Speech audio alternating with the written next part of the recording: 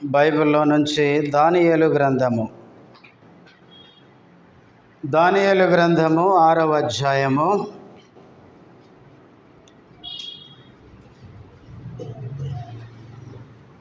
19, 20, 21, 22 వచనాలు అందరము కలిసి చదువుకుందాం. 19వ వచనము నుంచి 22వ వచనం వరకు. తెల్లవారుజామున రాజు వేగిరమే లేచి సింహముల గుహ దగ్గరకు త్వరపడిపోయెను. అతడు గుహ దగ్గరకు రాగానే దుఃఖస్వరముతో దానియేలును పిలిచి, జీవము గల దేవుని సేవకుడవైన దానియేలు, నిత్యము నీవు సేవించుచున్న నీ దేవుడు నిన్ను రక్షింపగలిగినా అని అతన్ని అడిగెను. అందుకు దానియేలు, రాజు చిరకాలము జీవించునుగాక, నేను నా దేవుని దృష్టికి నిర్దోషినిగా కనబడితిని గనుక ఆయన తన దూతనంపించి సింహములు నాకు ఏ హానియో చేయకుండా వాటి నోళ్ళు మూయించెను. రాజా, నీ దృష్టికి నేను నేరము చేసిన వాడును కాను కదా అనేను. ప్రార్థన చేసుకుందాం.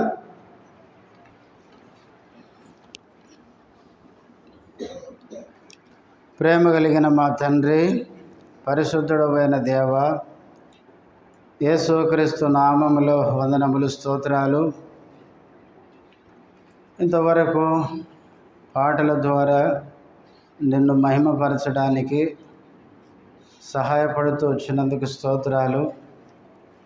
ఆరాధనలో ప్రవేశించక మునుపు ఆరాధన కొరకై చదవబడిన వాక్య భాగములో నుంచి ఆరాధన కొరకై మాకు కావలసిన చక్కటి నీ తలంపులు, నీ మాటలు మాకు దయచేయండి. నీ దాసుడు బలహీనుడు, బలపరచుము. నీ నామ మహిమార్థమే నీ దాసుని వాడుకోనండి. చేరువచ్చిన మీ బిడ్డలకై స్తోత్రాలు. ఇంకా ఎవరైతే రావాల్సి ఉన్నదో త్వరపెట్టి నడిపించమని యేసుక్రీస్తు నామములో స్తుతించి ప్రార్థిస్తున్నాము తండ్రి, ఆమెన్.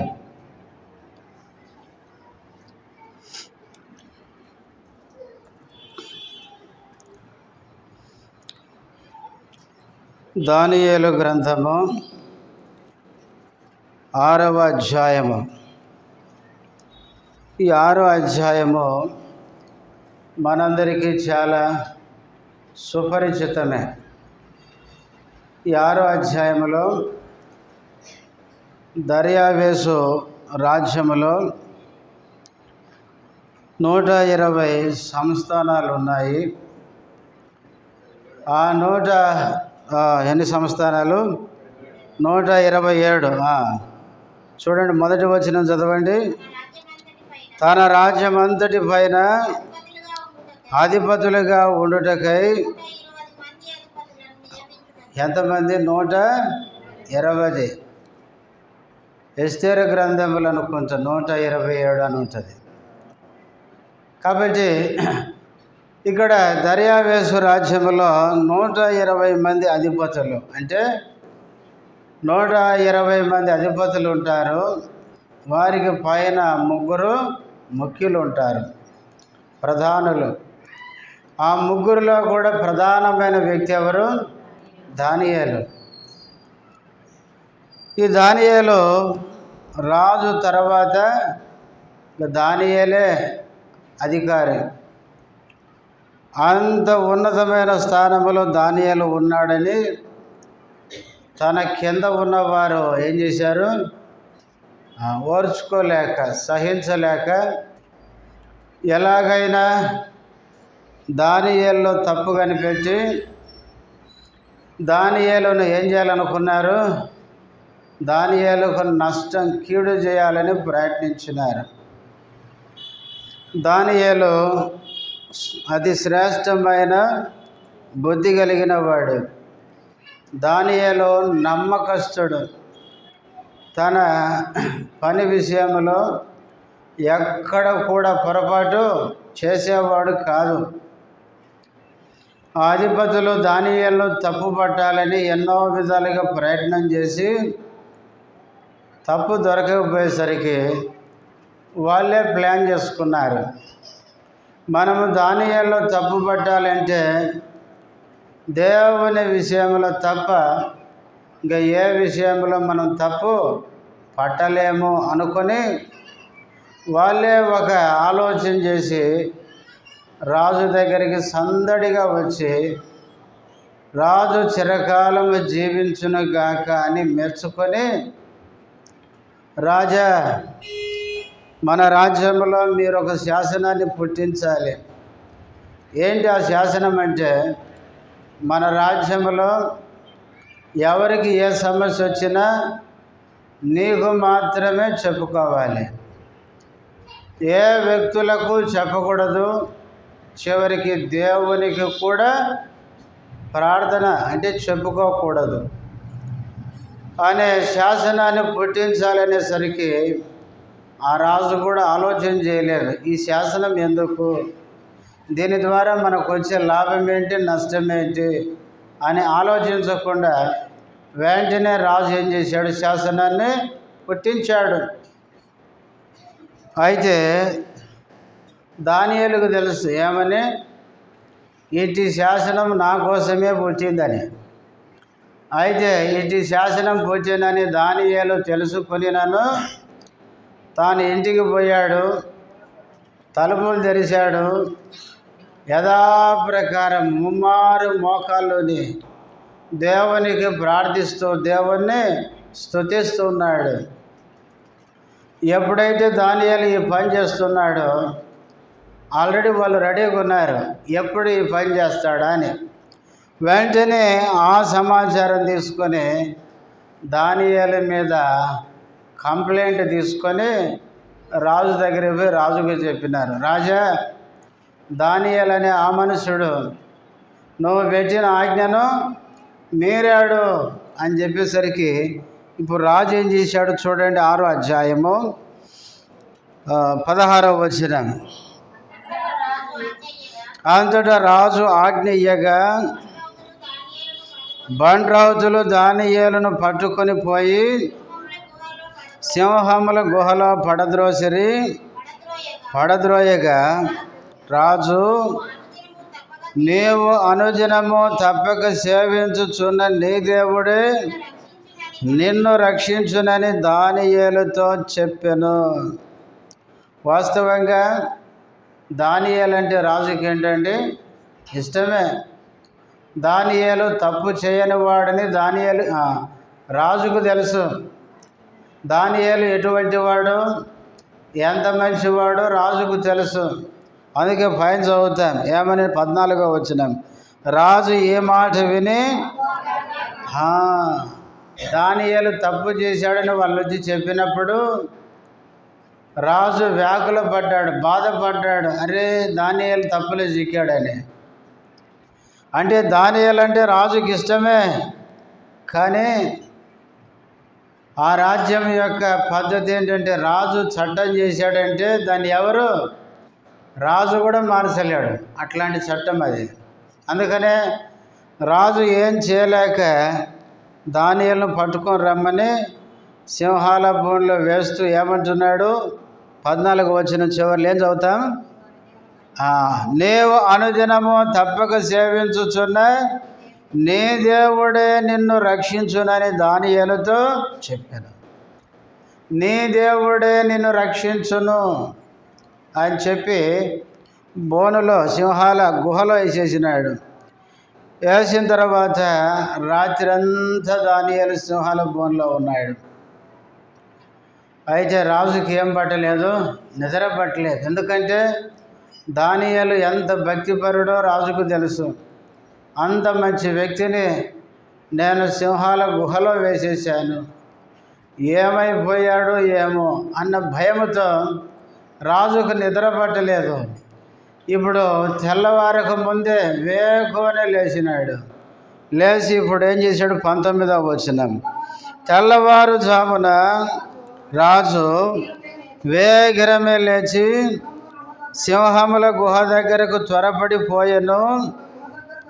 అతడు గుహ దగ్గరకు రాగానే దుఃఖ స్వరముతో దానియేలుని పిలిచి, జీవము గల దేవుని సేవకుడవైన దానియేలు, నిత్యము నీవు సేవించుచున్న నీ దేవుడు నిన్ను రక్షింపగలిగిన అని అతనిని అడిగెను.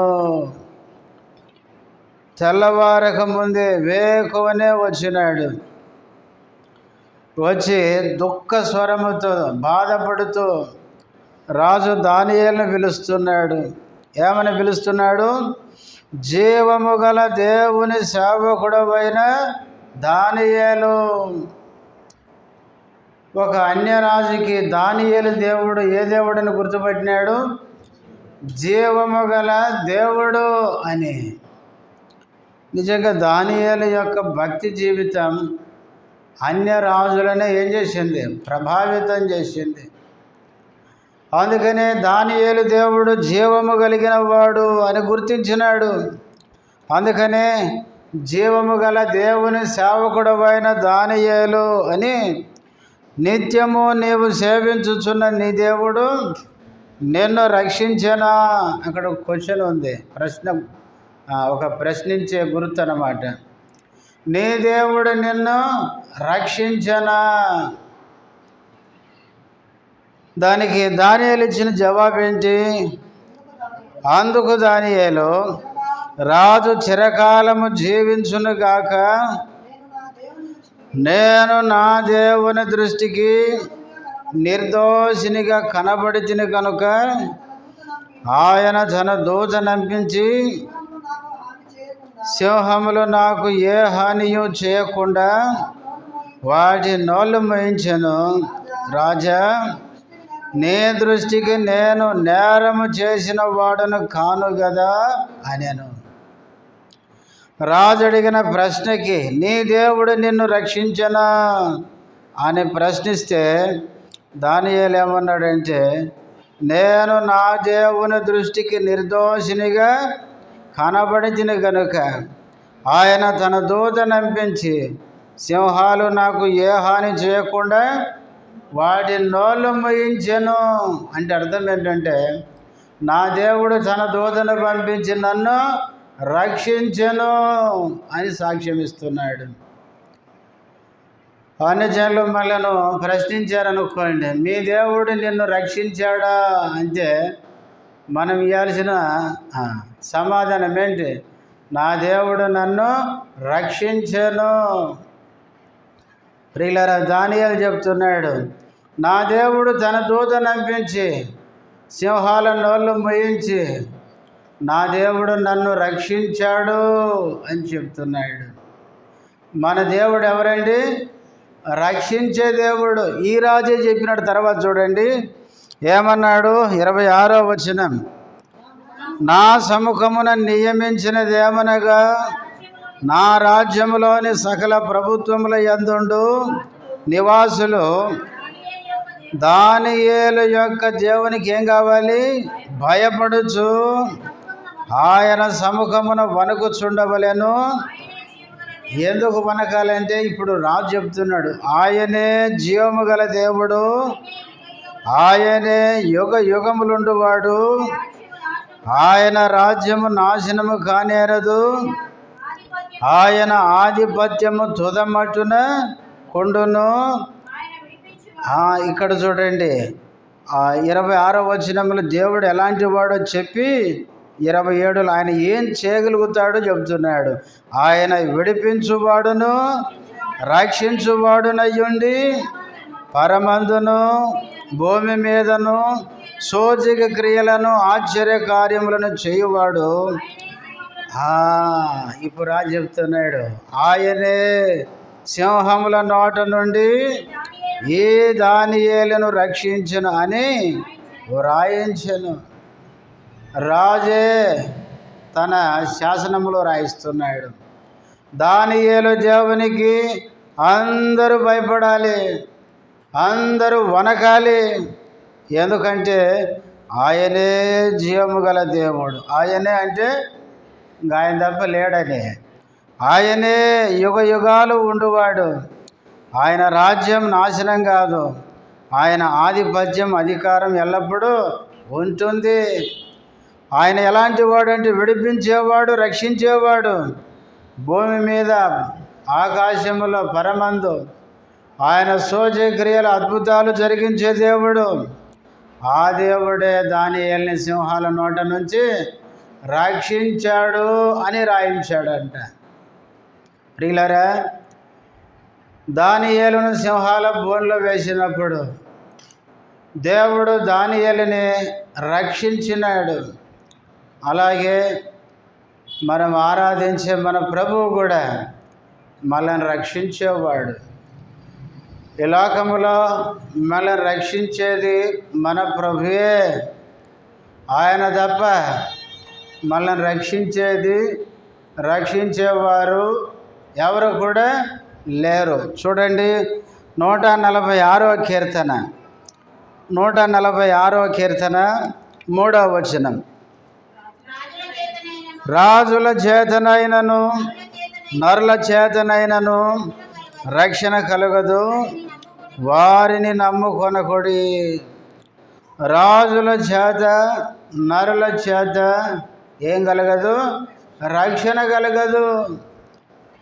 కొన్నిసార్లు మనం అనుకుంటాం రాజులు అంటే గొప్పవాళ్ళు మనకు అండగా ఉంటే ఇంకా భయం లేదులే అనుకుంటాం, వాళ్ళు మనల్ని రక్షిస్తారనుకుంటాం. కానీ రాజుల చేతనైనను మనకు రక్షణ కలగదు. దానియేలును రాజు రక్షించాడు అండి. చేతులు ఎత్తేసి లోపలేపించినాడు. దేవుడే రక్షించినాడు. రాజుల చేత నరుల చేత రక్షణ కలగదు, అందుకే వారిని నమ్ముకోవద్దు అని చెప్తున్నాడు. 118వ కీర్తన 8వ వచనం మనకు తెలుసు. మనుషులను నమ్ముకొనుట కంటే యెహోవాను ఆశ్రయించుట మేలు. రాజులను నమ్ముకొనుట కంటే యెహోవాను ఆశ్రయించుట మేలు. మనము మనుషులను కాదు నమ్మాల్సింది. మనిషి ఈరోజు ఉంటాడు, రేపు ఉండడు. ఒకసారి నేను చెప్పాను కదా మీకు, విజయవాడ దగ్గర ఒక సేవకుడు ఉన్నాడు.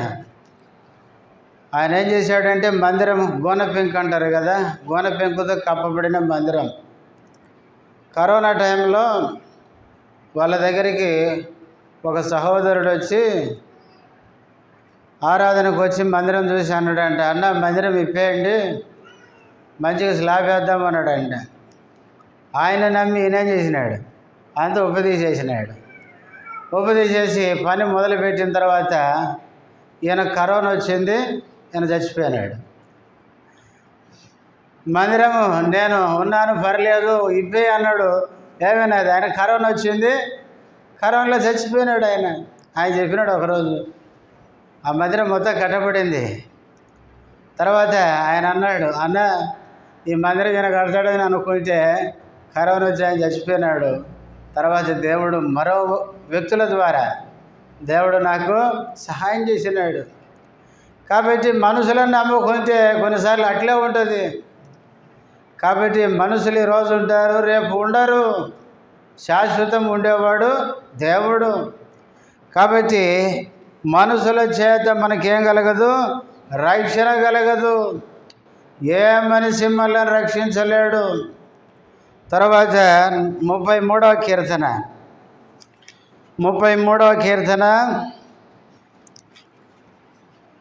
16-17 వచనాలు.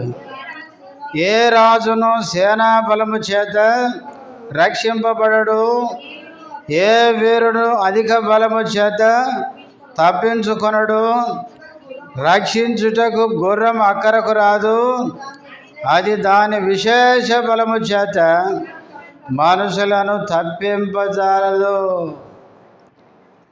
ఏ రాజు కూడా సేనా బలము చేత ఏం కాడు?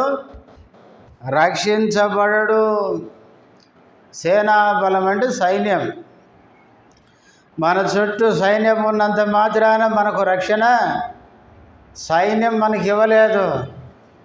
సొలొమోను అన్నాడు 127వ కీర్తనలో, యెహోవా పట్టణమును కాపాడని ఎడల కాపు కాయువారు మేలుకొని ఉండుట వ్యర్థమే. పట్టణము చుట్టూ సైనికులుండి కాపాడుతున్నప్పటికీ దేవుడు కాపాడకపోతే అది వ్యర్థమే. దేవుని కాపుదల, దేవుని భద్రత మనకు అవసరం. అందుకే మన చుట్టూ సైన్యం ఉన్నంత మాత్రాన సేనా బలము చేత మనకేం రాదు, రక్షణ రాదు. సైన్యము మనల్ని రక్షించలేదు. తర్వాత ఏ వీరుడును అధిక బలము చేత తప్పించుకోలేడు, అంటే రక్షించుకోలేడు. నాకు బాగా బలం ఉంది, నా బలము చేత నేను తప్పించుకుంటా, రక్షించుకుంటా అంటే కుదరదు. సంసోన్ ఎవరండి? బలవంతుడే. ఏమైపోయినాడు? బంధించబడ్డాడు. ఎవరి చేత? ఒక స్త్రీ చేత. బలం ఏమైంది? పోయింది. కాబట్టి మన బలం మనల్ని రక్షించలేదు. గొల్యాతు ఎవరండి? బలవంతుడు. 40 దినాలు విర్రవీగిండంట. రండి రండి అని పిలుస్తున్నాడు. లోయలోకి దిగొచ్చి ఇశ్రాయేలు ప్రజలలో ఎవరైనా నాతో పోటీ పడేవాళ్ళు ఉంటే, తలపడేవాడు ఉంటే రండి అని పిలుస్తున్నాడు. ఎవరు వచ్చారండి? గొల్యాతును కొట్టడానికి ఎవరు వచ్చారు? చిన్నవాడు వచ్చినాడు, దావీదు. దావీదు వచ్చి ఒడిసెల్లో రాయి పెట్టి గిరగిర తిప్పి ఒక్క దెబ్బతో కొడితే ఏమైంది? పిలిచినవాడు ఎలికల పడ్డాడు, అయిపోయింది. కాబట్టి బలము చేత ఎవడు రక్షించబడడు, తప్పించుకోలేడు. అందుకనే సైన్య బలము మనల్ని రక్షించదు, మనకున్న బలం మనల్ని రక్షించదు. రక్షించడానికి గుర్రాలు కూడా అక్కడికి రావంట. గుర్రాలు ఎక్కువ ఉంటే ఆ దినాల్లో యుద్ధానికి విజయం వస్తుంది అనుకునేవాళ్ళు. గుర్రాలు కూడా మనల్ని రక్షించలేవు. దాని విశేష బలము చేత మనుషులు తప్పించుకోజాలరు. ప్రియులారా, మనుషులు రక్షించలేరు.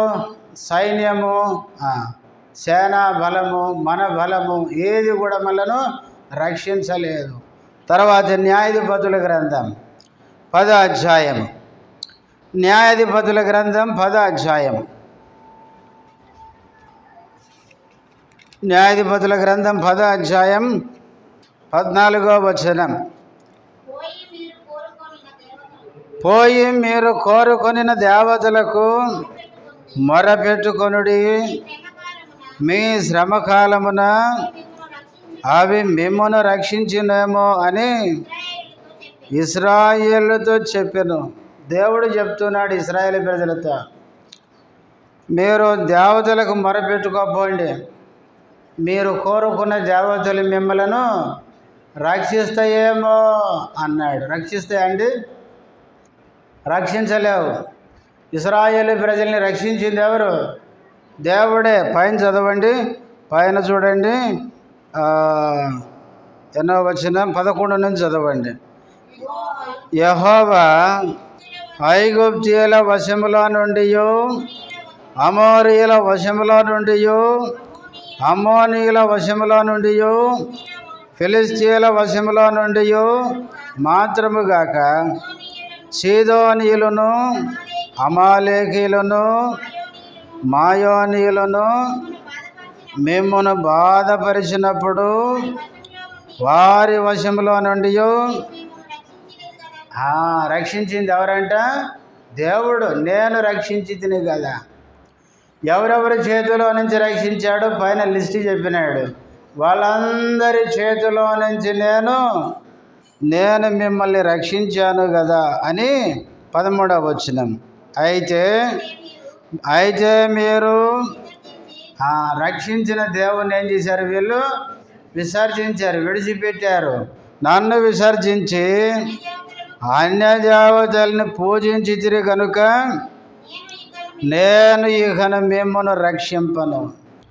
రక్షించే నన్ను మీరు విసర్జించారు కాబట్టి ఇప్పుడు నేను మిమ్మల్ని ఏం చేయను? రక్షించను. ఎందుకంటే మీరు నన్ను విడిచిపెట్టారు, అన్య దేవతలను పూజిస్తున్నారు. కాబట్టి ఇప్పుడు అన్య దేవతలకి ఏం చేయండి? మొరపెట్టుకోండి, అవి మిమ్మల్ని రక్షిస్తాయేమో అంటున్నాడు దేవుడు. రక్షిస్తాయండి? అవి రక్షించలేవు. చూడండి, ఇర్మియా గ్రంథం 2వ అధ్యాయం. ఇర్మియా గ్రంథం 2వ అధ్యాయం 28వ వచనం.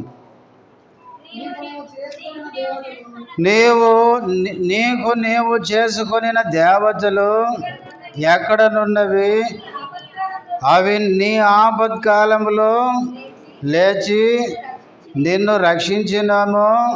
యోధా, నీ పట్టణములెన్నో నీ దేవతలన్నయే కదా.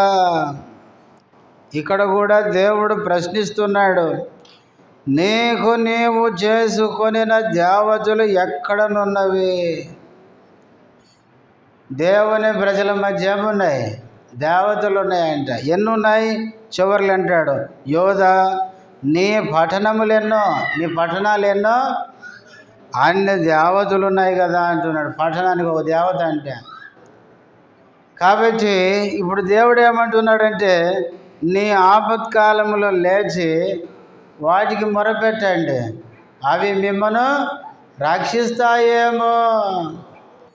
ఎందుకు అంటున్నాడు దేవుడు ఈ మాట అంటే, పైన చెప్తాడు ఏమని? 13వ వచనం. నా జనులు 2 నేరములు చేసి ఉన్నారు. జీవజలముల ఊటనైన నన్ను దేవుని విడిచిపెట్టారు. వారు దేవతల్ని పట్టుకున్నారు, అందుకనే మరి నన్ను విడిచిపెట్టారు, రక్షించే దేవుని వదిలిపెట్టారు. కనుక ఇప్పుడు మీరు పూజించే మీ దేవతలు రక్షిస్తాయేమో, వాటికి మొరపెట్టుకోండి అంటున్నాడు దేవుడు. ప్రియులారా, మనలను మనుషులు రక్షించలేరు, సైన్యము రక్షించలేదు, మనకున్న శక్తి బలము మనల్ని రక్షించలేదు. దేవుడు కాకుండా దేవుళ్ళు దేవతలు మనలను రక్షించలేవు. ఈ లోకంలో మనల్ని ఏది రక్షించలేదు. మనల్ని రక్షించేది ఎవరండి? దేవుడు ఒక్కడే. దేవుడు తప్ప మనల్ని ఎవ్వరూ రక్షించలేరు. దేవుడే మన రక్షకుడు, ఆయనే మనల్ని రక్షించేది. దేవుడు కాక మనల్ని ఎవ్వరూ రక్షించలేరు. ప్రియులారా, అందుకే ఇశ్రాయేలు ప్రజలతో దేవుడు అన్నాడు, ఏమన్నాడంటే, నన్ను విడిచి రక్షించే నన్ను విడిచి మీరు దేవతల వైపు వెళ్ళారు కాబట్టి వాళ్ళకి మొరపెట్టుకోండి, రక్షిస్తారేమో. ఈరోజు దేవుడు అన్నవి ఒకనాడు వాళ్ళ చేతులతో ఏం చేస్తారు చెప్పండి?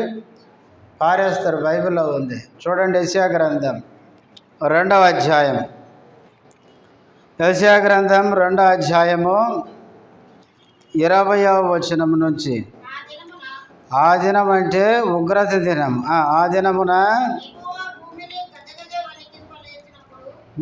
యెహోవా భూమిని గజగజ వణికించలేచున్నప్పుడు ఆయన భీకర సన్నిధి నుండి, ఆయన ప్రభావ మహత్యము నుండి కొండల గుహలలోను బండ బీటల్లోనూ దూర వలెనన్న ఆశతో, ఇక్కడ చూడండి, నరులు తాము పూజించుటకై చేయించుకొనిన వెండి విగ్రహములను సువర్ణ విగ్రహములను ఎలుకలకును గబ్బిలములకును ఒకరోజు వస్తుందంట. వెండితో బంగారుతో చేసుకున్న విగ్రహాలను ఏం చేస్తారు? పారేస్తారంట. ఎలుకలకి గబ్బిలాలకు పారేస్తారంట. ఇప్పుడేమో దానికి ఒక గుడి కట్టి దానికి ఒక ఏమో చేసి లాస్ట్కి ఆ దినం వస్తుంది. ఒక దినం, అదే దేవుని ఉగ్రత దినం. ఈ భూలోకాన్నే గజ వణికించే దినం. భూకంపం కాదు. భూకంపం అంటే ఒక ప్రాంతంలో వస్తుంది, భూమి మొత్తమే ఊగుద్ది, భూగోళమే ఊగుద్ది. ఎట్లుంటుంది? ఎటు పోలేడు మనిషి. కాబట్టి ఆ దినమున మమ్మల్ని రక్షించు అంటే ఇవి రక్షించవు. పోయిన కొండలు గుట్టల సాటిన దాక్కుందామంటే అవి ఊగుతున్నాయి.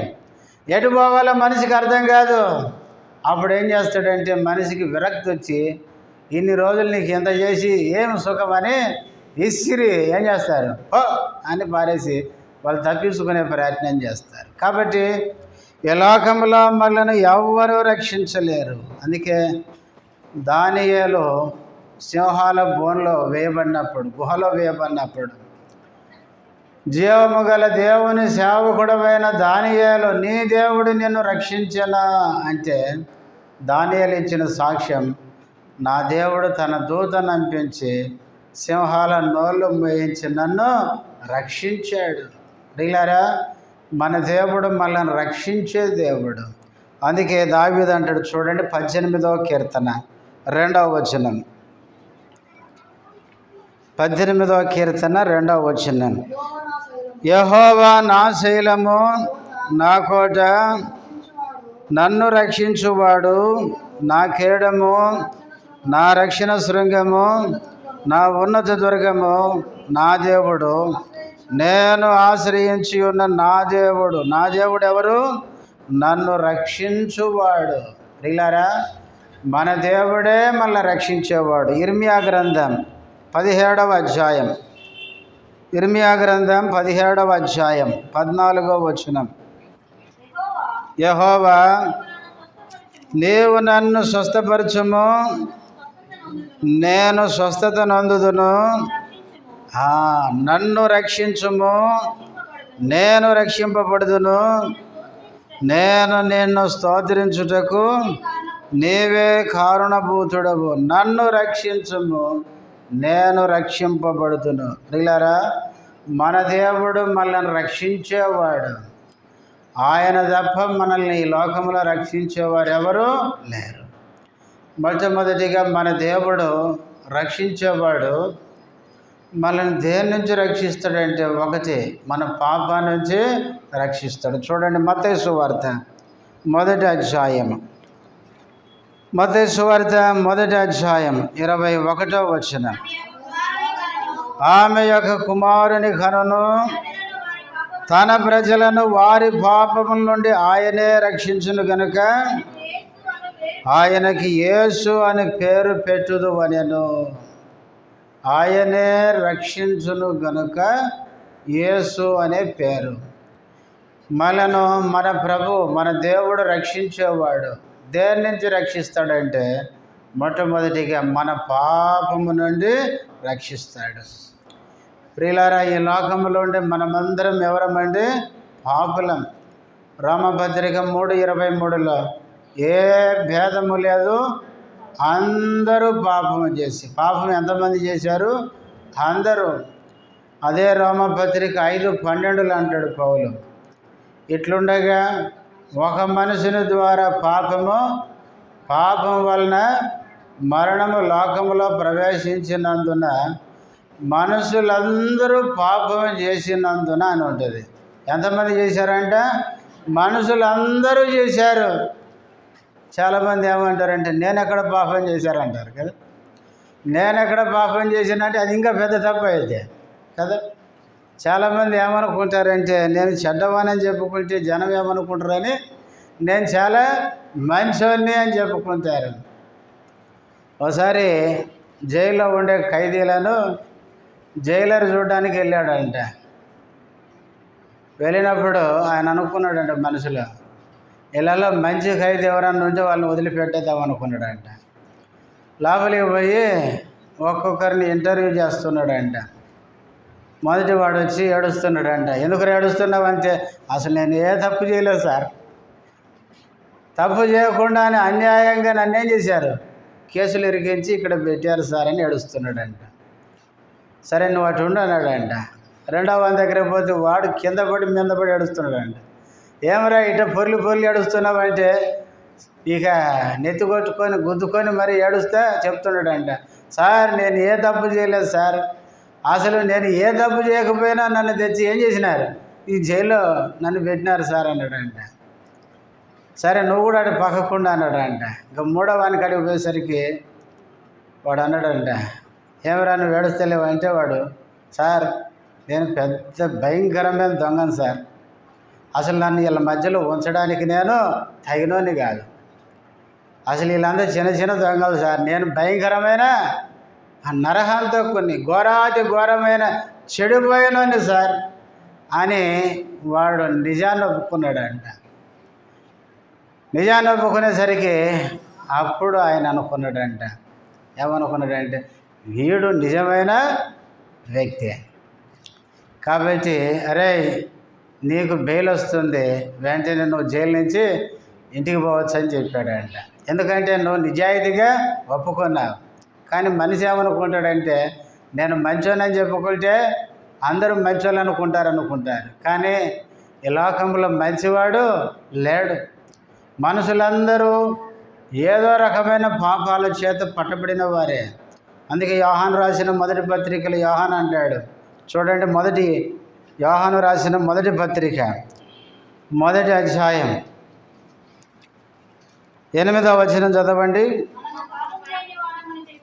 మనము పాపము లేని వారమని చెప్పుకొనిన ఎడల ఏం చేసుకుంటామంటే మనల్ని మనమే మోసపుచ్చుకుందాము, మరియు మనలో సత్యం ఉండదు. ఇప్పుడు 10వ వచనం మనము పాపము చేయలేదని చెప్పుకొనిన ఎడల ఆయనను అబద్ధికునిగా చేయువారం అవుదుము, మరియు ఆయన వాక్యం మనలో ఉండదు. 8వ వచనంలోనేమో మనం పాపము లేని వారమని చెప్పుకుంటే మనల్ని మనమే మోసం చేసుకుంటామంట. 10వ వచనానికి వచ్చేసరికి నేను పాపమే చేయలేదని చెప్తే కనుక దేవుణ్ణి ఏం చేస్తామంట, అబద్ధికుని చేసిన వాళ్ళం అవుతామంట. అందుకనే మనం ఎవరమంటే మనం పాపం చేసిన వాళ్ళం. ఈ పాపి అయిన మానవుడు పాపాన్ని నుంచి విడుదల పొందాలని ఎన్నో ప్రయత్నాలు చేస్తున్నాడు. కానీ మానవుని యొక్క సొంత ప్రయత్నాల ద్వారా మానవుడు తనను తాను రక్షించుకోలేడు. ప్రియులారా, పాపులమైన మనల్ని రక్షించడానికే మన ప్రభు అయిన యేసుక్రీస్తు రక్షకుడుగా యేసు అని పేరుతో ఈ లోకానికి వచ్చినాడు. 33.5 సంవత్సరాలు ఈ లోకంలో జీవించినాడు. కల్వరి శిలువలో మనందరి పాప పరిహారార్థమై ఆయన శిలువ వేయించుకున్నాడు.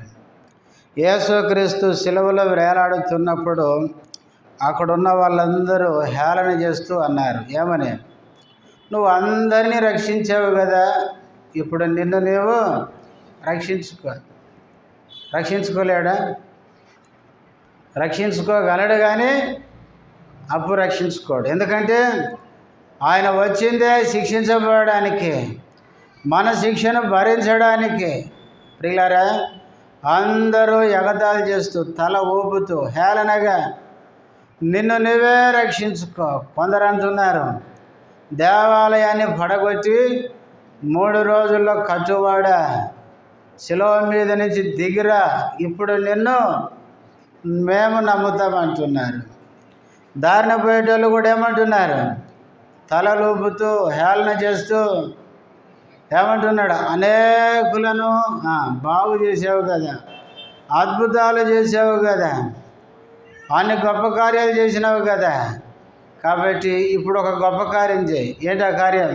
శిలువ మీద చిటికలో దిగు కిందికి, ఇప్పుడే నేను మేమందరం నమ్ముతాను. ఎంత అవమానిస్తున్నారు యేసు ప్రభుని. నిన్ను నీవు రక్షించుకో. శిలువలో దొంగ కూడా అన్నాడు, ఒక దొంగ ఏమన్నాడు, నీవు దేవుని కుమారుడు అయితే నిన్ను నీవు రక్షించుకొని మమ్మలను కూడా రక్షించు.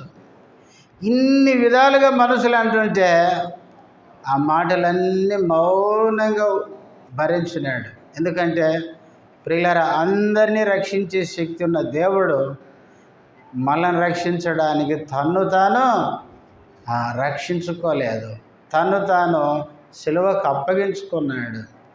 యేసు ప్రభు సిలువలో మౌనంగా ఉన్నాడు, సిలువను సహించినాడు. ఆయన మరణించినంత మటుకు ఆ శ్రమ బాధ వాటన్నిటిని ఓర్చుకున్నాడు. ఎందుకంటే పాపులమైన మనము రక్షించబడడానికి. కాబట్టి యేసుక్రీస్తు మొట్టమొదటిగా మన పాపము నుండి ఏం చేసేవాడు? రక్షించేవాడు. రక్షించబడిన తర్వాత రెండవది, దేవుని పిల్లలు ప్రియులారా, దేవుని నమ్మి రక్షించబడిన తర్వాత దుష్టుడు ఊరుకోడు కదా. దానియేలు మీద తప్పు పట్టాలని ఆ అధిపతులు చూసినట్లే దానియేలు మీద నేరం మోపి సింహాల గుహలో వేయించి దానియేలును చంపాలని చూసినట్లే, కీడు చేయాలని చూసినట్లే సాతానుడు దుష్టుల చేత మనల్ని కూడా ఏం చేయాలనుకుంటాడు? నశింపజేయాలి, నాశనం చేయాలని చూస్తాడు. సాతానికి ఏం పని లేదు. ఏం పని లేదా? వాడు చాలా బిజీగా ఉంటాడు. మనమన్నా 8 గంటలు 12 గంటలు డ్యూటీ చేస్తాం. వాడు రాత్రి పగలు చేస్తాడు. 24 అవర్స్ చేస్తాడంట ఉద్యోగం. వాడు తీరిక లేకుండా బిజీగా ఉన్నాడంట. సాతానుడికి కనపడితే అడగండి, హలో నువ్వు ఖాళీగా ఉన్నావా అంటే ఇప్పుడే NTPC పోయే పని ఉంది అంటాడు. ఎందుకంటే అక్కడ దేవుని పిల్లల్ని ఏం చేయాలి? నాశనం చేయాలి, మోసం చేయాలి, వాళ్ళని నష్టపరచాలి. సాతాను పని అదే. పేతురు 1 పత్రిక 5 అధ్యాయములు అన్నాడు, ఏమని?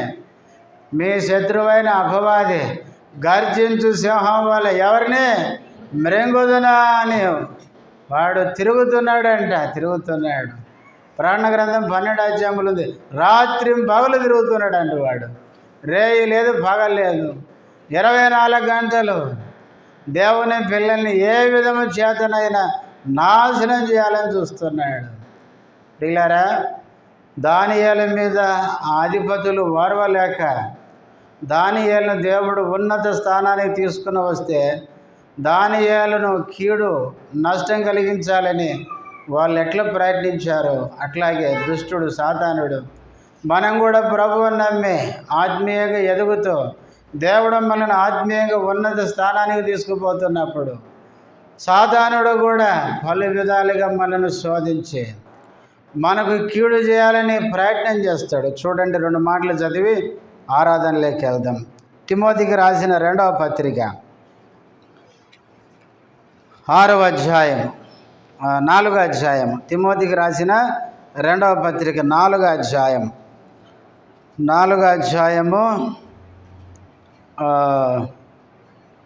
8వ వచనం. అది ఒక్క నిమిషం. 18వ వచనం. ప్రభు ప్రతి దుష్కార్యము నుండి నన్ను తప్పించి తన పరలోక రాజ్యమునకు చేరునట్లు నన్ను రక్షించును. యుగ యుగములో ఆయనకు మహిమ కలుగునుగాక. ఆమేన్. పౌలు ఏమంటున్నాడంటే తిమోతికి పత్రిక రాస్తూ, ప్రభు ప్రతి దుష్కార్యము నుండి నన్ను ఏం చేశాడు? తప్పించాడు. దుష్కార్యము నుండి ఎందుకు ఈ మాట చెప్పినాడు? 14వ వచనములు అంటాడు, అలెగ్జాండ్రు అను కంచరివాడు నాకు చాలా కీడు చేశాడు. ఈ అలెగ్జాండ్రు అనేవాడు పౌలుకు చాలా కీడు చేశాడు. అయితే అతని క్రియల చొప్పున ప్రభు అతనికి ప్రతిఫలం ఇచ్చును అన్నాడు. తర్వాత 15 అంటాడు, అతని విషయమై నువ్వు కూడా ఎట్లుండాలి? జాగ్రత్తగా ఉండుము. అతడు మా మాటలను బహుగా ఎదిరించెను. పౌలుకు కీడు చేయాలనుకున్నవాడు, పౌలును ఎదిరించిన వాడు ఈ అలెగ్జాండ్రు అనేవాడు కీడు చేయాలనుకున్నాడు. అందుకే 17వ వచనం చివర్లు అంటాడు, ఏమంటాడు? నేను సింహముల నోట నుండి తప్పింపబడి 17వ వచనం చివర్లు అంటాడు, సింహాల నోట నుండి.